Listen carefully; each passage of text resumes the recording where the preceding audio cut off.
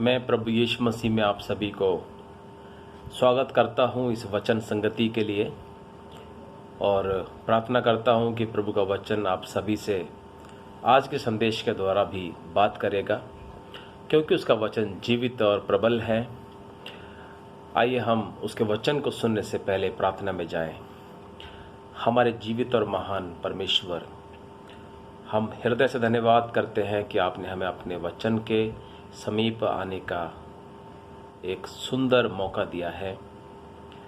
प्रभु, आपका वचन हमें उजागर करता है, हमें जागृत करता है, हमें पाप के गड्ढा में से निकालकर आपके लिए एक जीवित गवाह बनाता है। प्रभु, हम धन्यवाद करते हैं कि आपने हमें ये मौका दिया है कि हम आपके वचन के पास आएं।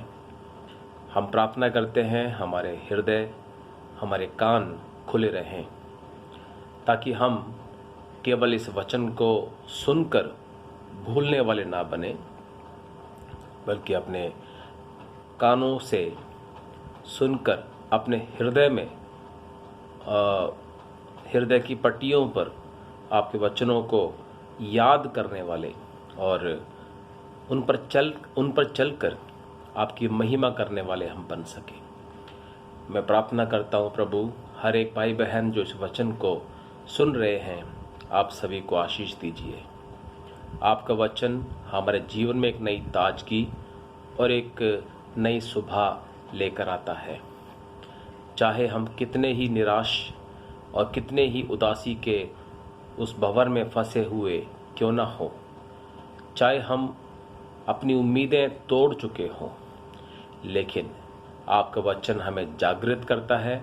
आपका वचन मरे हुए में भी जान डाल देता है। प्रभु, आज के वचन के द्वारा हर एक के जीवन में एक परिवर्तन, एक क्रांति, एक उत्साह, एक नई आशा होने के लिए हम प्रार्थना करते हैं। धन्यवाद आज के समय के लिए। हम प्रभु यीशु मसीह के नाम से, जो हमारा उद्धार करता और शीघ्र आने वाला है, मांगते हैं। कबूल कीजिए पिता, आमीन। आज के वचन का संदेश, जिसका शीर्षक है प्रिपरेशन, तैयार रहना, बी रेडी। आखिरकार हम किस विषय के लिए तैयार रहें? हम अलग अलग बातों की तैयारी में रहते हैं। जैसे हम कहीं घूमने जाते हैं तो उससे पहले हम कुछ तैयारी करते हैं।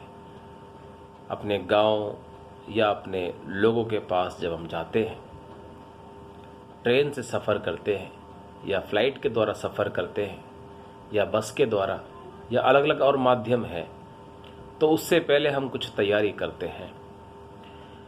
तैयारी, प्रिपरेशन, बी रेडी।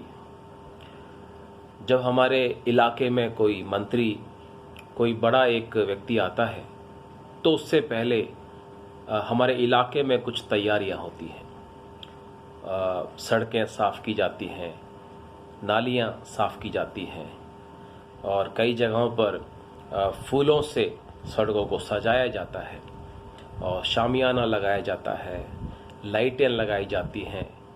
उस व्यक्ति के अलग अलग पोस्टर्स और अलग अलग उसकी एडवर्टाइजमेंट की जाती है, तैयारियां होती हैं। मेरे भाई बहन, क्योंकि हर एक व्यक्ति के जीवन में तैयारी होना अवश्य है। मेरे भाई बहन, हम मसीही भाई बहनों को तैयार होना है एक खास दिन के लिए, एक विशेष दिन के लिए, क्योंकि पवित्र शास्त्र बाइबल हमें उस खास दिन के विषय में बताती है कि वो प्रभु का दिन है, अर्थात प्रभु यीशु के फिर से आने के विषय में। हाँ, प्रभु यीशु मसीह फिर से आने वाला है। वह पहली बार आया मनुष्य रूप में अवतार लेकर और परमेश्वर के स्वभाव, परमेश्वर के गुण, परमेश्वर के प्रेम को प्रदर्शित करने अपने जीवन के द्वारा, प्रभु यीशु मसीह अपने जीवन के द्वारा मानव जाति को परमेश्वर के प्रेम को दिखाया।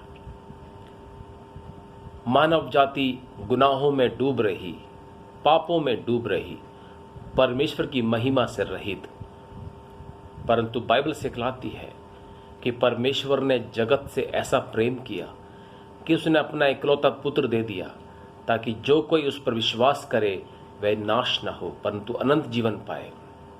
प्रभु यीशु मसीह इस संसार में इसलिए आया ताकि परमेश्वर के प्रेम को जगत पर प्रकट करे। अपने बलिदान के द्वारा उसका पहला इस संसार में आना बलिदान करना था, क्रूस पर अपने आप को बलिदान करना था, क्योंकि पवित्र शास्त्र में सिखाता है बिना लहू बहाए, बिना बलिदान पापों की क्षमा नहीं है। मानव जाति को पापों से उद्धार नहीं हो सकता है जब तक बलिदान ना किया जाए। इसलिए परमेश्वर स्वयं मनुष्य रूप लेकर और हमारे पापों के लिए बलिदान किया गया।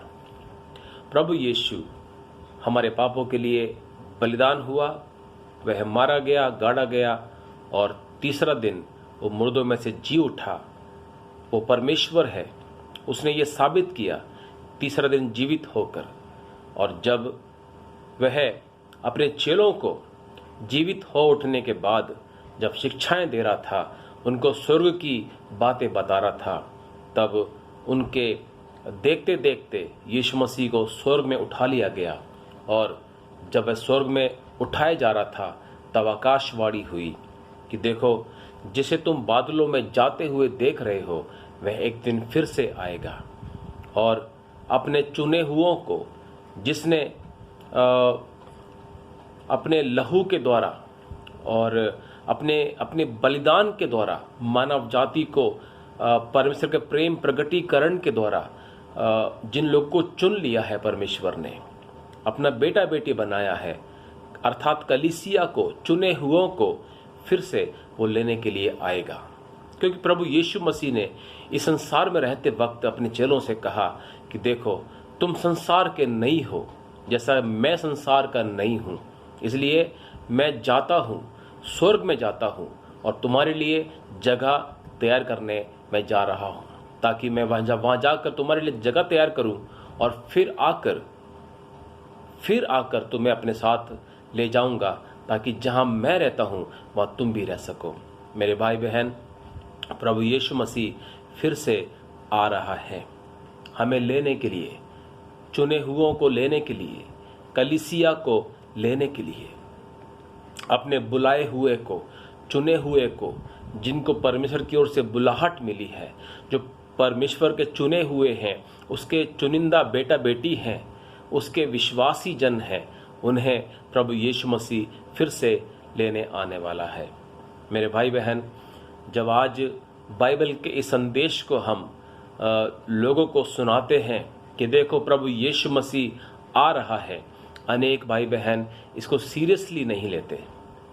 अनेक लोग इसको एक कमेंट्री सोचकर और उस पर अलग अलग टिप्पणियां करते हैं कि कहाँ आ रहा है यीशु। इतने साल से हमारे पास्टर एक ही बात को बताते बताते आ रहे हैं, अभी तक तो नहीं आया। इतना दिन से, इतने साल से बोल रहे हैं यीशु शीघ्र आने वाला है, शीघ्र आने वाला है, जल्द आने वाला है, देखो वो द्वार पर ही है। लेकिन इतना समय हो गया, वो कहाँ आ रहा है? यीशु आ रहा है, ये एक ख्वाब समझते हैं, एक सपना समझते हैं, जिसे कभी पूरा होते हुए शायद वो नहीं देखेंगे, ऐसा सोचते हैं। वो सोचते हैं ये एक मनगढ़ंत एक कहानियाँ हैं, ये एक बनावटी एक किस्सा लग रहा है। अनेक लोग प्रभु यीशु के फिर से आने के विषय को गंभीरता से नहीं लेते, सीरियसली नहीं लेते। उसके आने के समय जो जजमेंट होगा, जो न्याय होगा मानव जाति का, उसको वो सीरियसली नहीं लेते। बाइबल की शिक्षाओं को लोग सुनते जरूर हैं, लोग पढ़ते जरूर हैं। अधिकतर लोग बाइबल की कुछ नैतिक शिक्षाओं को, कुछ ऐसे मॉरल टीचिंग्स को लोग जरूर मानते हैं, जरूर उन पर चलते हैं, उनको पढ़ते हैं, सुनते हैं, जैसे कि भले भले कार्य करने के विषय में कि कंगालों की सुधि लो, विधवाओं की सुधि लो, और दरिद्रों पर तरस खाओ, और दान दशमांश दे दो, भेंट दे दो। इस प्रकार की लोग जो नैतिक शिक्षाएं हैं, जो सामाजिक जो भले कार्य हैं, उनको लोग जरूर ध्यान से सुनते हैं, पढ़ते हैं और उनका अनुसरण भी करते हैं। लेकिन जब हम प्रभु यीशु के दोबारा आगमन के विषय में लोगों से बात करते हैं, अनेक लोग एक कान से सुनकर उसे दूसरे कान से निकाल देते हैं। मैं एक पवित्र शास्त्र से एक घटना आपके बीच में मैं बताना चाहता हूँ। प्रेरितों के काम, जिसमें इस प्रकार लिखा है 20 अध्याय का 7 से 9 वचन में, जब प्रभु का दास पौलुस प्रभु के वचन को प्रचार कर रहा था, तो यहाँ लिखा है सप्ताह के पहले दिन, प्रेरितों के काम 20 अध्याय का 7 वचन में, सप्ताह के पहले दिन जब हम रोटी तोड़ने के लिए इकट्ठे हुए, तो पौलुस ने जो दूसरे दिन चले जाने पर था उनसे बातें की। पौलुस प्रभु का दास कुछ चुने हुए भाई बहनों से और एक झुंड से जो प्रभु के लिए इकट्ठा थे, उनसे प्रभु का दास बात कर रहा है, उनको वचन प्रचार कर रहा है। और यह लिखा है और आधी रात तक बातें करते रहा। प्रभु का दास आधी रात तक प्रभु के वचन से उनसे बातें करता रहा, क्योंकि वो गंभीर बातें थी। मैं विश्वास करता हूँ कि वह प्रभु के दोबारा आगमन के विषय में और स्वर्ग राज्य के विषय में प्रभु का दास उनसे बातें कर रहा था। और ये बातें इतनी गंभीर हैं, इतनी ज़रूरी हैं हमारे जीवन के लिए, जो भविष्य की बातें हैं, हमारे तैयारी के विषय की एक बातें हैं, जिनके लिए हमें तैयार होना है, आने वाली बातों के लिए हमें तैयार अभी से होना है। तो प्रभु का दास जब उनसे आधी रात तक लगभग बातें करते रहा, तो 8वें वचन में लिखा है जिस अटारी पर हम इकट्ठे थे उसमें बहुत दिए जल रहे थे, और यूतुखुस नाम एक जवान खिड़की पर बैठा हुआ गहरी नींद से झुक रहा था। एक यूतुखुस नाम का एक जवान व्यक्ति, यहाँ पर अचंभा है कि एक बुजुर्ग नहीं, एक जवान व्यक्ति जिसमें सामर्थ्य है, जिसमें शारीरिक ताकत है और जिसमें कई वरदान टैलेंट्स हैं, एक जवान व्यक्ति उस वचन को सुनते समय वो गहरी नींद में झुका हुआ था। यानी वो सुस्ती ले रहा था, वो आलसी हो गया था, वो झपकी ले रहा था। तो यहाँ लिखा है कि जब पौलुस देर तक बातें करता रहा तो वह नींद के झोंके में तीसरी अटारी पर से गिर पड़ा, क्योंकि वो ध्यान से नहीं सुन रहा था, क्योंकि वह उन वचनों को गंभीरता से नहीं ले रहा था, वह झपकी ले रहा था, वह नींद पूरी कर रहा था। वहां बैठकर सिर्फ एक टाइम पास कर रहा था। वो ऊपरी मन से वहां बैठा हुआ था, लेकिन ध्यान से, गंभीरता से उन बातों पर वो मनन और ध्यान नहीं कर रहा था। प्रभु का दास जो वचन उनके बीच में सुना रहा था। तो यहाँ लिखा है कि वह तीसरी अटारी पर से नीचे गिर गया, और यहाँ लिखा है और मरा हुआ उठाया गया। मेरे भाई बहन, आज जवान पीढ़ी विशेष तौर से अपना अधिक समय मोबाइल पर बिताते हैं और घंटों फेसबुक पर और व्हाट्सएप पर, ट्विटर पर और इंस्टाग्राम पर और अलग अलग और वेबसाइट्स हैं, अलग अलग और डिफरेंट ऐप्स अभी मोबाइल पर आ चुके हैं, और अलग अलग टेक्निक से बने हुए मोबाइल आजकल, महंगे मोबाइल आजकल आ रहे हैं। आजकल के हमारी सामाजिक जो परिस्थिति है वो इसी प्रकार का है कि लोग टीवी, मोबाइल और अलग अलग और माध्यम अपने मित्रों के साथ अधिक समय बिता लेते हैं, बहुत ध्यान से और गंभीरता से उन बातों को लेते हैं और घंटों फोन पर वो बातें कर सकते हैं, लेकिन प्रभु के वचन को, विशेष तौर से प्रभु के आने के विषय में जो संदेश है, जो प्रभु का वचन कहता है, ऐसी बातों को लोग गंभीरता से नहीं लेते हैं। यहाँ एक व्यक्ति है यूतुखुस जो उस वचन को सुनते सुनते सो गया। आज भी कलीसियाओं में ऐसा ही है कि लोग कलीसियाओं में आते जरूर हैं, लेकिन जब वचन प्रचार का समय आता है लोग सो जाते हैं, लोग नींद लेना शुरू करते हैं और फिर अलग अलग बहाना लगाते हैं कि मैं रात को सोया नहीं था, मैं रात को ड्यूटी पर था। लेकिन जब उन्हें कुछ चुटकुले, कुछ जोक्स, कुछ ऐसे मिर्च मसाला लगाकर, कुछ ऐसे मोहने वाली, लुभाने वाली जब उनको बातें बताते हैं, हंसने वाली, तो वो बहुत ध्यान से सुनते हैं और ताली भी बजाते हैं। लेकिन जब प्रभु का वचन को गंभीरता से उनके बीच में लेकर आया जाता है, विशेष तौर से प्रभु के आने के विषय में कि तुम तैयार रहो क्योंकि प्रभु आ रहा है, तो लोग सो जाते हैं। लोग अपने कुर्सी पर बैठे बैठे झपकियां लेना शुरू करते हैं। सो प्रभु का वचन हमें सुलाने के लिए नहीं है पर जगाने के लिए है। भाई बहन ध्यान देना, लोग सलाह देते हैं कि अगर आपको नींद नहीं आ रहे तो एक काम करना, बाइबल को अपने तकिया के नीचे रखना और अच्छा नींद आपको आएगी, शांति मिलेगी आपको। लोग सलाह देते हैं आपको नींद नहीं आ रहे तो ऐसा करो, सोफे पे लेटे लेटे बाइबल पढ़ो और बाइबल पढ़ते पढ़ते आपको नींद आ जाएगी। बाइबल को लोग सोने का एक जरिया बना के रखा है, सोने का एक माध्यम बना के रखा है। ये सोने की कोई दवाई है क्या?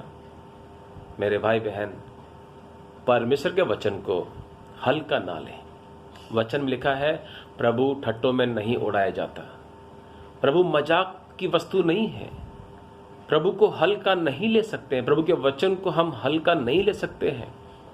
बाइबल सिखलाती है आदि में वचन था, जब हमारी सृष्टि भी नहीं हुई, जब हमारा जन्म भी नहीं हुआ, हम इस पृथ्वी पर आए भी नहीं, मनुष्य जाति उत्पन्न होने से पहले, इस सृष्टि के आरंभ होने से पहले, बाइबल हमें सिखाती है कि आदि में, in the beginning there was word, आदि में वचन था और वचन परमेश्वर के साथ था और वचन ही परमेश्वर था। लेकिन जब हम आज वचन को हल्का लेते हैं मेरे भाई बहन, हम परमेश्वर को हल्का लेते हैं। हमें बाइबल सिखाती है पवित्र आत्मा की निंदा, ये जो पाप है ये क्षमा योग्य नहीं है। इसलिए प्रभु के वचन को हल्का नहीं लेना। एक वचन और मैं आपके बीच में पढ़ूंगा, रोमियो के पत्री उसके 13 अध्याय, रोमन्स चैप्टर 13 वर्स 11 to 14, 11 से 14 वचन में आपके बीच में पढ़ूंगा। यहाँ पर लिखा है समय को पहचान कर ऐसा ही करो, इसलिए कि अब तुम्हारे लिए नींद से जाग उठने की घड़ी आ पहुंची है। नींद से जाग उठने की घड़ी आ पहुंची है। अब तैयारी में लग जाओ, अब प्रिपरेशन करो, क्योंकि प्रभु यीशु आ रहा है। प्रभु यीशु ने अपने आगमन के विषय में जो जो बातें बताई हैं कि मेरे आने से पहले जो जो चिन्ह प्रकट होंगे, मत्ती रचित सुसमाचार में सिखाता है 24 अध्याय में कि जब तुम जगह जगह अकाल और भूकंप और अलग अलग और महामारियां जैसे कोरोना महामारी और अलग अलग और जैसे टिड्डियों की भरमार, अभी हमने सुना न्यूज में किस तरह एमपी, यूपी, राजस्थान और अलग अलग और जगहों पर टिड्डियों की भरमार मात्रा में और देशों पर आक्रमण हो रहे हैं। फसलें, फल, सब्जियां, फूल, ये सब नाश कर रहे हैं टिड्डियां। प्रभु यीशु मसीह ने बताया था अपने आगमन से पहले जो जो घटनाएं घटेंगी उनके विषय में बताया। अनेक लोग तुम्हें भरमाएंगे, अनेक लोग तुम्हें वचन से अलग ले जाना चाहेंगे और ऐसे संकट के समय आएंगे, ऐसे कलेश के समय आएंगे, जगह जगह भूकंप, अकाल, महामारियां, लड़ाइयां, युद्धों की चर्चा हम सुनेंगे और हम अलग अलग और ऐसी कई भविष्यवाणियां यीशु मसीह ने जो अपने आगमन से पहले के विषय में बताई है वो हम उसके विषय में पढ़ते हैं पवित्र शास्त्र में। इसलिए भाई बहन, प्रभु वचन कहता है अब तुम्हारे लिए नींद से जाग उठने की घड़ी आ पहुंची है। लॉकडाउन के समय में हम जी रहे हैं। तकरीबन 2.5 महीना हो चुका है लॉकडाउन शुरू होके। इन 2.5 महीनों में हम विश्वासी भाई बहनों ने क्या किया है? क्या हम तैयारी कर रहे हैं? पवित्र शास्त्र के अनुसार जो जो घटनाएं घट रही हैं, क्या अभी भी हम सचेत नहीं हुए हैं? क्या अभी भी हम जागृत नहीं हो रहे हैं? क्या अभी भी हम चौकन्ना ना हो जाएं? अभी भी हम क्या सावधानी ना बरतें? क्योंकि जो जो घटनाएं प्रभु ने बताई, पवित्र शास्त्र कहता है, प्रकाशित वाक्य जो जो हमें भविष्यवाणियां बताती हैं, मेरे भाई बहन, वे सब घट रही हैं। प्रभु कहता है मैं शीघ्र आने वाला हूं, बस मैं देखो द्वार पर ही हूं। मेरे आने से पहले ये घटनाएं घटेंगी। समझ जाना, मेरा आगमन बिल्कुल नजदीक है। इन 2.5 महीनों में अनेकों भाई बहन क्या कर रहे हैं? ज़्यादातर नींद ले रहे हैं, ज़्यादातर टीवी देख रहे हैं, ज़्यादातर मोबाइल पर समय बिता रहे हैं। मेरे भाई बहन, प्रभु के दया से आज हमारे पास मोबाइल में इंटरनेट की सुविधा है। हम ऑनलाइन प्रचार भेज सकते हैं। हम यूट्यूब के जरिए प्रभु का संदेश हम सुन सकते हैं। हम प्रभु के अच्छे गीतों को हम सुन सकते हैं। लेकिन आज हमारा समय कहाँ बीत रहा है? हम कौन सी साइट खोल के रखा है मोबाइल पर? हम टीवी में कौन सा चैनल खोल के रखा है? हम अपने घर का दरवाज़ा किसके लिए खोल के रखा है? मेरे भाई बहन, ये वक्त है हमारे लिए। यहाँ लिखा है, ये घड़ी आ पहुंची है कि तुम नींद से जाग उठो, क्योंकि वो घड़ी आ पहुंची है। प्रभु के आगमन बहुत नज़दीक आ पहुंचा है, क्योंकि जिस समय हमने विश्वास किया था उस समय के विचार से अब हमारा उद्धार बहुत निकट है। अब हमारा परिवर्तन का समय, अब हमारा प्रभु के संग जाने का जो समय है, संसार से अलविदा होने का जो समय है, बहुत नज़दीक है। मेरे भाई बहन, रात बहुत बीत गई है, अब देखो दिन निकलने पर है। 12 वचन में इस प्रकार लिखा है, रात बहुत बीत गई है, अब दिन निकलने पर है। इसलिए हम अंधकार के कामों को त्याग कर ज्योति के हथियार बांध लें। प्रभु यीशु मसीह के हथियार यानी वचन, संगति, प्रार्थना, हम इन हथियारों को बांध लें। विश्वास को हम बांध लें। विश्वास से परिपूर्ण होने का समय है ये। मेरे भाई बहन, ये लॉकडाउन हमारे लिए तैयारी का समय है। ये अंतिम जो कठिन समय चल रहे हैं, ये हमारे लिए तैयारी का समय है। These are the examination days for us। ये हमारे लिए एक परीक्षा की घड़ी है। हमें इसमें तैयार होना है, हमें भरपूर तैयारियां करना है, विश्वास में परिपक्व होना है, प्रार्थना में हमें परिपक्व होना है। आजकल कई मसीहियों की प्रार्थना बहुत हल्की है, बहुत ही ऊपर का प्रार्थना होती है। उनकी प्रार्थना में गंभीरता नहीं है। उनकी प्रार्थना का एक शब्द भी परमेश्वर का सिंहासन तक पहुंचता नहीं है, क्योंकि उनका प्रार्थना अधूरा मन से है। उनका प्रार्थना सांसारिक मन से है। उनका प्रार्थना लालसा से भरी हुई है केवल। प्रभु यीशु मसीह ने कहा है यूहन्ना की किताब 15 अध्याय 7 वचन में, अगर तुम मेरे वचन में बने रहोगे, अगर तुम मुझ में और मेरे वचन में बने रहोगे, तो तुम जो चाहो तुम्हारे लिए हो जाएगा। अर्थात अगर तुम गंभीरता से प्रभु के वचन पर चलोगे, उसका अनुसरण करोगे, अपने जीवन में उनको लागू करोगे, भय भक्ति का जीवन बिताओगे, गंभीरता से जीवन बिताओगे, तो तुम्हारी प्रार्थना प्रभावशाली प्रार्थना हो जाएंगी। तुम्हारी प्रार्थनाएं परमेश्वर के सिंहासन तक पहुंचेंगी, क्योंकि वचन कहता है धर्मी जन की प्रार्थना से बहुत कुछ हो सकता है। आज मसीहियों की प्रार्थना से कुछ फल नजर नहीं आ रहे हैं, कुछ उत्तर नहीं मिल रहे हैं। हालत जैसे कि तैसा ही बना हुआ है, उसमें कुछ बदलाव नहीं हो रहा है। मेरे भाई बहन, क्योंकि प्रार्थना प्रभावशाली नहीं है, क्योंकि हम तैयारी नहीं कर रहे हैं। आगे लिखा है, तो यहां लिखा है कि हम अंधकार के कामों को त्याग कर ज्योति के हथियार बांध लें। जैसा दिन को शोभा देता है वैसा ही हम सीधी चाल चलें, ना कि लीला क्रीड़ा और पियक्कड़पन में, ना व्यभिचार और लुचपन में, ना झगड़े और डाह में, वरन प्रभु यीशु मसीह को पहन लो और शरीर की अभिलाषाओं को पूरा करने का उपाय ना करो। मेरे भाई बहन, प्रभु का वचन हमें साफ तौर पर सावधानी बरतने के लिए बार बार आग्रह कर रहा है। अपने सांसारिक अभिलाषाओं के लिए जीना छोड़ दो, अपनी देह के जो उपाय करना छोड़ दो।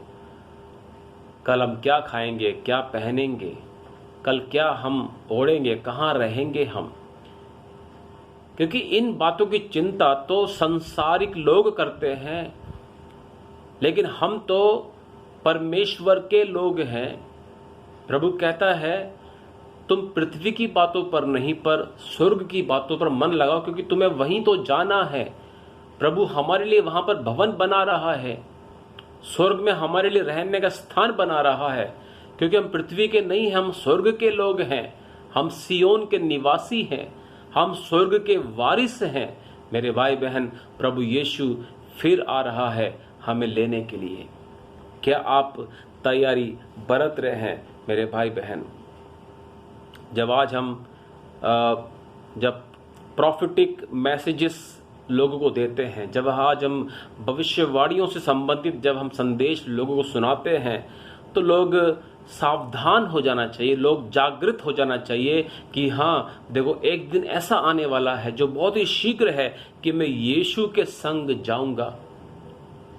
जिस तरह यीशु बादलों पर गया था, वैसे ही बादलों पर एक दिन फिर से आने वाला है, और उसके दिन बहुत नजदीक हैं, क्योंकि वो दिन जो उसने बताए थे कि मेरे आने से पहले घटेंगे, वो घटनाएं, वो विपत्तियां, वो संकट, वो कलेश जो उसने बताए थे मेरे आने से पहले घटेंगे, वो सब होते हुए मैं देख रहा हूँ।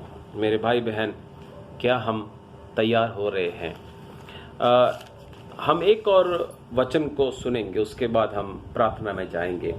यहूदा की पत्री, प्रकाशित वाक्य से एक किताब पहले, यहूदा की पत्री उसका 14 आयत से हम पढ़ेंगे। यहाँ लिखा है, हनोक ने भी जो आदम से 7वीं पीढ़ी में था, इनके विषय में ये भविष्यवाणी की कि देखो, प्रभु अपने लाखों पवित्रों के साथ आया कि सबका न्याय करे और सब भक्तिहीनों को उनके अभक्ति के सब कामों के विषय जो उन्होंने भक्तिहीन होकर किए हैं, और उन सब कठोर बातों के विषय में जो भक्तिहीन पापियों ने उसके विरोध में कही हैं, दोषी ठहराए। ये तो असंतुष्ट, कुड़कुड़ाने वाले और अपनी अभिलाषाओं के अनुसार चलने वाले हैं, और अपने मुंह से घमंड की बातें बोलते हैं, और वे लाभ के लिए मुंह देखी बड़ाई करते हैं। तो जब हनोक ने लोगों को चिताया था, लोगों को सावधानी बरतने के लिए कहा था कि तुम देखो, तैयार रहो, क्योंकि प्रभु अपने लाखों पवित्रों के साथ जब बादलों में आने वाला है, ताकि अपने चुने हुओं को वो इकट्ठा करे और अपने साथ ले जाए। जहां यीशु रहता है वहां पर उसके लोग भी रहेंगे। जब हनोक ये प्रचार कर रहा था, लोगों को जब वचन प्रचार कर रहा था, तो यहाँ लिखा है कि लोगों ने ठोकरें खाई, लोगों ने उनकी बात पर विश्वास नहीं किया, और वे तो अपनी अभिलाषाओं के अनुसार चलने वाले लोग हो गए, अपने मुंह से घमंड की बातें बोलते थे। तो प्रभु का वो दास कहता है, हनोक ने लोगों को समझाया, वो कहता है, पर हे प्रियो, तुम उन बातों को स्मरण रखो जो हमारे प्रभु यीशु मसीह के प्रेरित पहले से ही कह चुके हैं। वे तुमसे कहा करते थे, पिछले दिनों में ऐसे ठट्टा करने वाले होंगे जो अपनी अभक्ति की अभिलाषाओं के अनुसार चलेंगे। ये वे हैं जो फूट डालते हैं, ये शारीरिक लोग हैं जिनमें आत्मा नहीं, जिनमें परमेश्वर की आत्मा नहीं है। ऐसे लोग उठ खड़े होंगे, ऐसे लोग हमारे चारों इर्द गिर्द होंगे जो संसारिक बातें करेंगे, केवल जो फूट डालने वाली बातें ही करेंगे। तो यहाँ लिखा है, पर हे प्रियो, तुम अपने अति पवित्र विश्वास में उन्नति करते हुए और पवित्र आत्मा में प्रार्थना करते हुए अपने आप को परमेश्वर के प्रेम में बनाए रखो, और अनंत जीवन के लिए हमारे प्रभु यीशु मसीह की दया की बाट जोहते रहो। पर हे प्रियो, तुम तो उनके समान मत बनो जो संसारिक अभिलाषाओं के अनुसार जीवन जी रहे हैं, जो घमंड में जीवन जी रहे हैं, जो फूट डालने के लिए जीवन जी रहे हैं, जो अपनी ही अभिलाषाओं में जीवन जी रहे हैं। प्रभु का दास उनको समझाया, पर हे प्रियो, तुम तो अनंत जीवन के लिए हमारे प्रभु यीशु मसीह के आगमन की बाट जो हो, यानी तुम तैयार ही रहो, तुम तैयार करते रहो अपने आप को, बी रेडी, प्रिपरेशन करते रहो। मेरे भाई बहन, क्या हम प्रिपरेशन में लगे हुए हैं? प्रभु हमें आज सिखाना चाहता है, प्रिपरेशन में लगे रहो, तैयारी में लगे रहो। हमारी तैयारी आखिर कैसे होना चाहिए? प्रार्थना में अधिक से अधिक समय बिताएं। प्रभु का वचन कहता है, चाहे खाओ चाहे पियो, जो कुछ करो प्रभु की महिमा के लिए करो। यानी आपका उठना, आपका बैठना, आपका खाना पीना, आना जाना, लेटना, बात करना, समझाना, सीखना या सिखाना, सुनना या कहना, यानी आपका जो कुछ भी हम क्रियाकलाप करते हैं या दिल में सोचते हैं, हमारे मन वचन कर्म जो भी हम करते हैं, प्रभु की महिमा के लिए करो। यानी प्रार्थना करते हुए करो, प्रभु से अगुवाई पाते हुए करो, प्रभु से बात करते हुए करो, प्रभु से सलाह लेते हुए कामों को करो।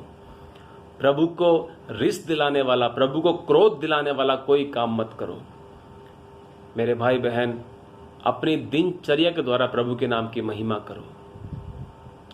अपना समय को बर्बाद मत करो, समय का सदुपयोग करो, भय भक्ति के साथ जीवन बिताओ, तैयारी में लगे रहो, क्योंकि प्रभु का आना बहुत नज़दीक है।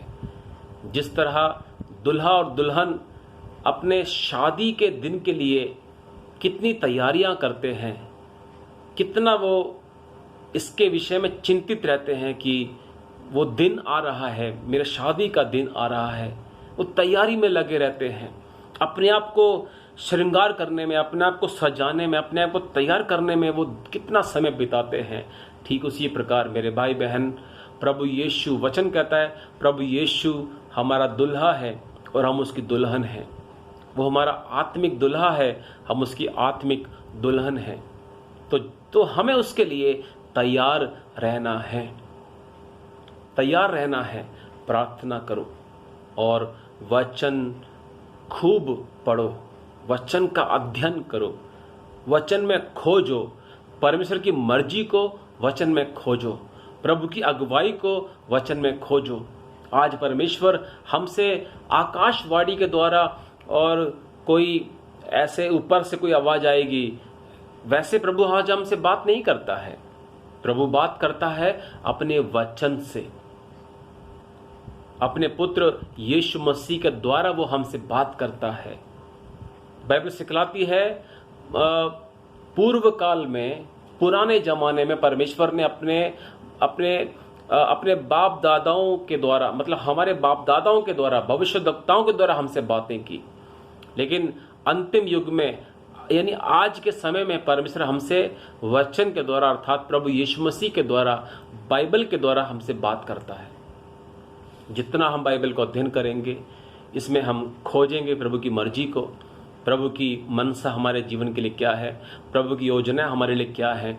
जितना हम इनका अध्ययन करेंगे, उतना ही हम अपने आप को तैयार भी करेंगे प्रभु के आगमन के लिए, उतना ही हम अपने विचारों को शुद्ध करेंगे प्रभु के आगमन के लिए। मेरे भाई बहन, वचन कहता है सावधान रहो।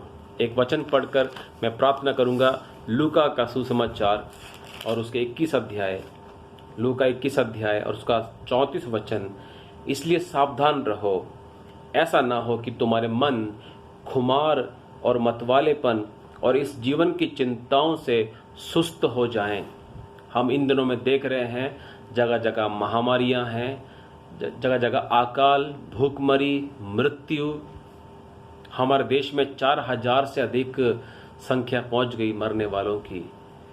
अमेरिका में 1.5 लाख से ऊपर मरने वालों का संख्या पहुंची है। पूरे विश्व स्तर पर लाखों करोड़ों लोग इस दुनिया को छोड़ के जा चुके हैं। जब हम ऐसी घटनाओं को देखते हैं, सुनते हैं, मेरे भाई बहन, हम सुस्त ना हो जाएं। वचन हमसे कहता है जीवन की चिंताओं के कारण जो चारों तरफ जो संकट चल रहा है उसके कारण। प्रभु का वचन कहता है तुम्हारे मन खुमार मतवालेपन और जीवन की चिंताओं से सुस्त न हो जाएं और वह दिन तुम पर फंदे के समान अचानक आ पड़े। इसलिए 36 वचन में लिखा है, इसलिए जागते रहो और हर समय प्रार्थना करते रहो कि तुम इन सब आने वाली घटनाओं से बचने और मनुष्य के पुत्र अर्थात प्रभु यीशु मसीह के सामने खड़े होने के योग्य बन सको। प्रभु हमें योग्य खड़े होते हुए देखना चाहता है। प्रभु योग्य हमें देखना चाहता है। मेरे भाई बहन, हम तैयार रहें, बी रेडी, प्रार्थना करें, वचन पढ़ें और प्रभु से संगति करें, प्रभु के समीप बैठें, मरियम के समान प्रभु के वचन को सुनने के लिए, प्रभु की वाणी को सुनने के लिए, प्रभु की इच्छा को सुनने के लिए, प्रभु के वचन को ध्यान उसके वचन पर मनन करने के लिए। क्योंकि पवित्र शास्त्र कहता है भजन संहिता 1 अध्याय का 2 वचन में कि क्या ही धन्य है वो पुरुष जो प्रभु की व्यवस्था पर रात दिन मनन करता है, ध्यान करता है, उसके अंदर प्रभु की मर्जी को खोजता है, उसको स्टडी करता है, अध्ययन करता है। मेरे भाई बहन, तैयार रहिए, बी रेडी, अन्यथा हमारे पास और कोई उपाय नहीं है इस संसार की पीड़ाओं से छुटकारा पाने का। प्रभु आ रहा है, प्रभु यीशु आने वाला है ताकि हमें अनंत काल के लिए, हमेशा हमेशा के लिए इस जीवन की पीड़ाओं, संसार के दुख, कलेश, मृत्यु से हमें आज़ाद करने के लिए, हमें अपने साथ ले जाने के लिए प्रभु यीशु आ रहा है। वचन कहता है स्वर्ग में ना कोई दुख है, ना पीड़ा है, ना आंसू है, ना रोना है, ना दांत पीसना है, ना मृत्यु है। वहाँ केवल परमेश्वर की महिमा है। और प्रभु यीशु मसीह अपने लोगों को इस संसार की सड़ाहट से निकालकर, इस संसार की चिंताओं से निकालकर, संकट और मुसीबतों से निकालकर, दुखों से निकालकर, मौत के बंधन से निकालकर हमेशा हमेशा के लिए प्रभु यीशु हमें ले जाएगा और अपने साथ रखेगा जहाँ यीशु रहता है, स्वर्ग में। लेकिन भाई बहन, उसके साथ जाना है तो, अगर उसके साथ जाना है तो हमें तैयारी करना पड़ेगा, आत्मिक तैयारी। उसके लिए जैसे मैंने बताया, निरंतर उसकी बाट जो होना, निरंतर उससे प्रार्थना करना, निरंतर धन्यवाद का जीवन जीना, निरंतर उसके साथ संगति करना, उसके वचन को अध्ययन करना और उसके अनुसार चलना, उसका अनुसरण करना। मेरे भाई बहन, प्रभु आपको इस वचन के द्वारा आशीष दे। आमीन।